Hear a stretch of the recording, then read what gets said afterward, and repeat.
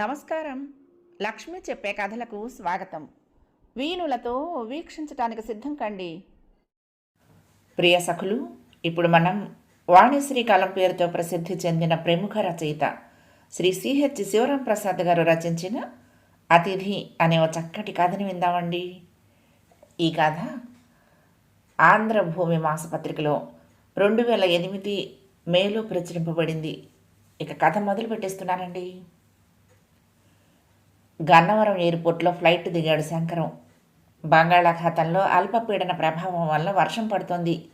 Travel agent ముందుగానే book చేసి పెట్టిన ట్యాక్సీ రెడీగా ఉంది. గాజులపాలెం తెలుసా నీకు? ట్యాక్సీలో కూర్చున్నాక డ్రైవర్ని అడిగాడు శంకరం. తెలీదు సార్ అన్నాడు డ్రైవర్. ఒంగోలుకి యువతలే ఉంటుంది. డ్రైవర్ తల ఊపాడు. అర్జెంటుగా వెళ్ళాలి అన్నాడు. వర్షం జోరుగా కురుస్తోంది కదా సార్, జాగ్రత్తగా నడపాలి. సరే సరే, అర్జెంట్ అన్నానని రిస్క్ తీసుకోవద్దు అన్నాడు శంకరం. అలాగే సార్, తొందరగా వెళ్ళటానికి ట్రై చేస్తాను అన్నాడు డ్రైవర్. మీ ఊరు వెళ్ళటానికి ఎన్ని గంటలు పడుతుంది అడిగింది భారతి. మీ ఊరేంటి, మన ఊరు అను. మీ అత్తగారి ఊరు నీది కాదా అన్నాడు శంకరం. ఎలా అవుతుంది? మీరు చిన్నప్పుడు పెరిగిన ఊరు కాబట్టి మీ ఊరు అవుతుంది. నేను పుట్టి పెరిగిన తెనాలే మా ఊరు. మనం ఉంటున్న బెంగుళూరు మన ఊరు అంది భారతి. లాయర్ కూతురు కదా, ఆ మాత్రం అతి తెలివి ఉంటుందిలే అన్నాడు. మా నాన్నని అంటారెందుకు, నాకు సొంత తెలివితేటలు ఉండవా అంది భారతి.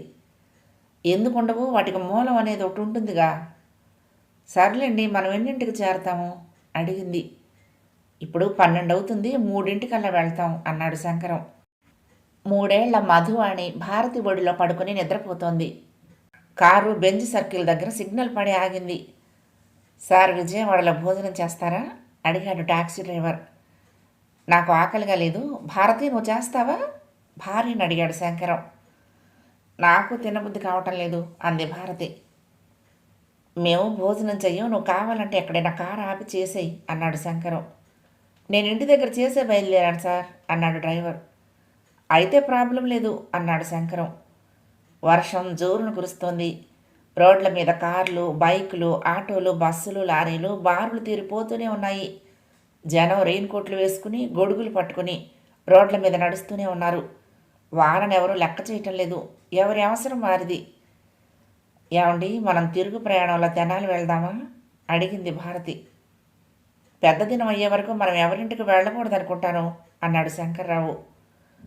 అవునా? మా చిన్నప్పుడు మా తాత చనిపోయినప్పుడు ఊళ్ళో మా ఇంటి పేరు గల వాళ్ళు ఎవరిని పెద్ద దినం అయ్యే వరకు ముట్టుకునేవాళ్ళు కాదు. పొరపాటును ముట్టుకుంటే బావి దగ్గర తలస్నానం చేయించేవాళ్ళు. నేనైతే వరసైన వాళ్ళని ముట్టుకుంటా అని బెదిరించేవాడిని. వాళ్ళు పారిపోయేవాళ్ళు. చిన్నప్పటి సంగతులు గుర్తు చేసుకున్నాడు శంకరం.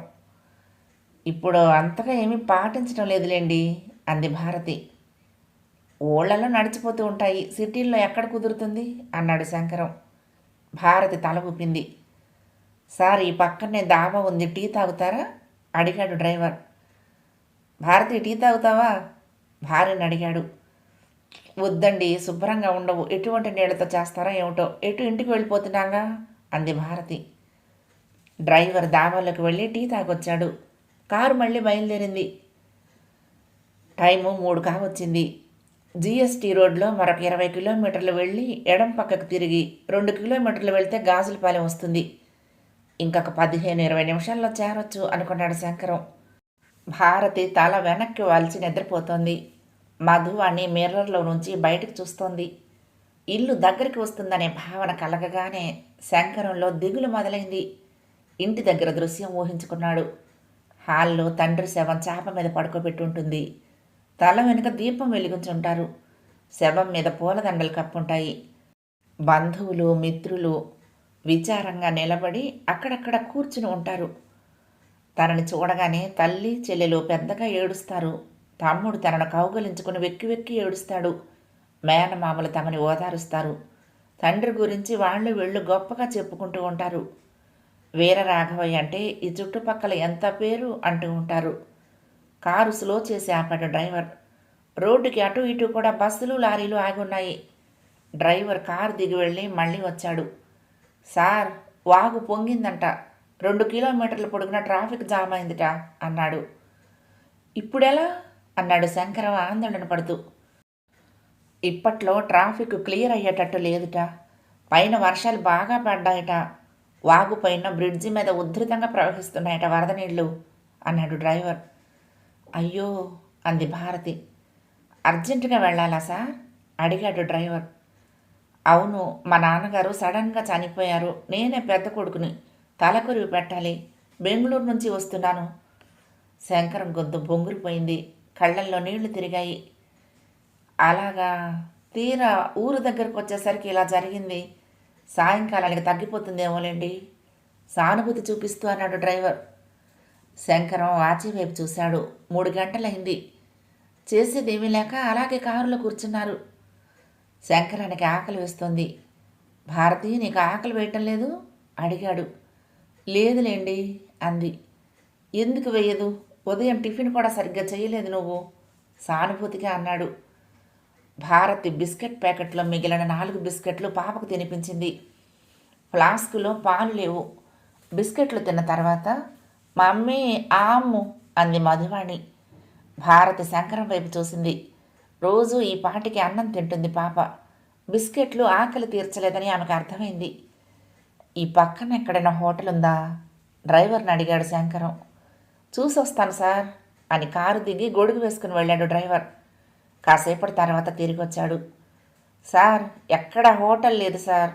2 గంటల నుండి ట్రాఫిక్ జామ్ అయి ఉందిట. వాగు దాటితే కానీ హోటల్స్ లేవుట. బస్సుల్లో వాళ్ళు అల్లాడిపోతున్నారు సార్. అంత గందరగోళంగా ఉంది. సాయంకాలానికైనా వాన తగ్గుతుందో లేదో అన్నాడు. పోనీ వెనక్కి వెళ్తే ఎక్కడైనా హోటల్స్ ఉంటాయిగా అంది భారతి. లేదు మేడం, మన కారు ట్రాఫిక్ మధ్యలో ఇరుక్కుపోయింది. ఎటు కదలటానికి లేదు. మన వెనక అప్పుడే 1/2 కిలోమీటర్ బళ్ళాగాయి అన్నాడు డ్రైవర్. శంకరం నీరసంగా కళ్ళు మూసుకున్నాడు. చీకటి పడింది. శంకరం డోర్ తీసుకుని బయటికి వెళ్ళాడు. డ్రైవర్ దగ్గర గొడుగు తీసుకున్నాడు. చాలా నీరసంగా ఉంది. ఉదయం తిన్న టిఫిన్ తప్ప తర్వాత ఆహారం లేకపోవడంతో చాలా ఆకలిగా ఉంది. తినటానికి ఏమీ లేదు. భారతి ఎలాగో ఆకలికి ఊర్చుకుంటోంది. పాప మాటికి మా అమ్మే ఆమ్ము అని గుర్తు చేస్తోంది. అతని పర్సు నిండా నోట్లున్నాయి. 1000, 500, 100 రూపాయల కరెన్సీ. కానీ అవి ఇప్పుడు ఎందుకు పనికి రావటం లేదు. కిలోమీటర్ల దూరం ట్రాఫిక్ జామ్లో దాదాపు అందరి పరిస్థితి అదే. మామూలు రోజుల్లో అయితే కొందరు హ్యాకర్స్ టీ సమోసాలు వంటివి తెచ్చి అమ్మేవారేమో. తుఫాను బీభత్సంలో ఎవరూ బయటికి రావటం లేదు. వర్షం తగ్గినట్టుగా అనిపించింది. సన్నగా చినుకులు పడుతూనే ఉన్నాయి. వాగు పరిస్థితి ఏమీ తెలియటం లేదు. తగ్గితే బళ్ళు బయలుదేరేవే కదా అనుకున్నాడు. శంకరం కొంత దూరం వెనక్కి నడిచాడు. నిలబడిపోయిన లారీలు, బస్సులు, కార్ల మధ్య నుంచి వెళ్తున్నాడు. కారులో ఊరికే కూర్చునే బదులు ఆహారం కోసం ఏదైనా ప్రయత్నం చేయాలనిపించింది. అక్కడ ఊళ్ళో తన కోసం అంతా ఎదురు చూస్తూ ఉంటారు. వాగు కనీసం ఏ అర్ధరాత్రికైనా తగ్గితే బాగుండును. పాపం అందరికీ శవజాగరణ తప్పేటట్టు లేదు. కొంత దూరం వెనక్కి నడిచిన తర్వాత దూరంగా కుడి పక్కన కంకర తరి కనిపించింది. అతనికి అప్పుడు గుర్తొచ్చింది. 2 కిలోమీటర్ల లోపల రెడ్డిపాలెం అనే ఊరుంది. శంకరం నడక సాగించాడు. మిణుకుమిణుకుమనే లైట్లు కనిపిస్తున్నాయి. కంకర కొట్టుకుపోయి గుంటలు పడుంది. దారంతా బురద, చుట్టూ చిమ్మ చీకటి. మెరుపు మెరిసినప్పుడు దారి కనిపిస్తోంది. చేలల్లో కప్పలు బెకబెకలాడుతున్నాయి. బురద పాములు అప్పుడప్పుడు కాలి కింద పడుతున్నాయి. శంకరం మొండిగా నడుస్తున్నాడు. ఎలాగైనా పాపకి పాలు సంపాదించాలి. రెడ్డిపాలెంలో ఎవరో ఒకరి ఇంట్లో పాలు దొరికే ఛాన్స్ ఉంది. ఊరి మొదట్లోనే పెంకుటిల్లు కనిపించింది. ప్రహరీ గోడ తలుపులు మూసున్నాయి. గొళ్ళెంతో చప్పుడు చేశాడు. కొంచెం సేపు అయిన తర్వాత ఒక యువత తలుపు తీసింది. అమ్మయ్య అనుకుంటూ లోపలికి ప్రవేశించాడు.